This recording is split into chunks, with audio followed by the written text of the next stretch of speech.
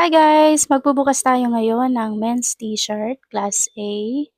Magbibigay lang ako ng reviews dito sa US Bail na to para dun sa mga gustong magbukas ng men's t-shirt, class A.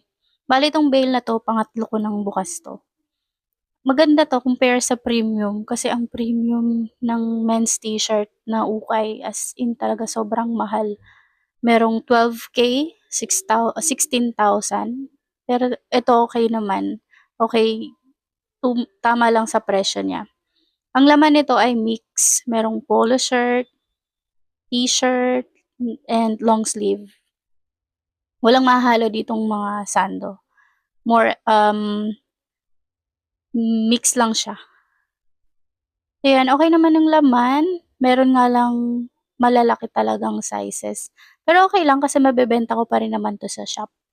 Kasi maraming naghahanap ng malalaking sizes, sa ukayan nga lang daw sila makakakita ng big sizes. Tulad nito, 'yan sobrang laki talaga. Meron mga branded, 'yan, mga branded yung iba. So 'yan lang ang masasabi ko lang is okay 'tong men's t-shirt class A, para dun sa mga gustong magbukas ng bail na 'to. Ito ay, US Bail, Aloha 'to, Aloha men's t-shirt class A. So 'yan lang guys, maraming salamat sa panonood and follow and share. Thank you.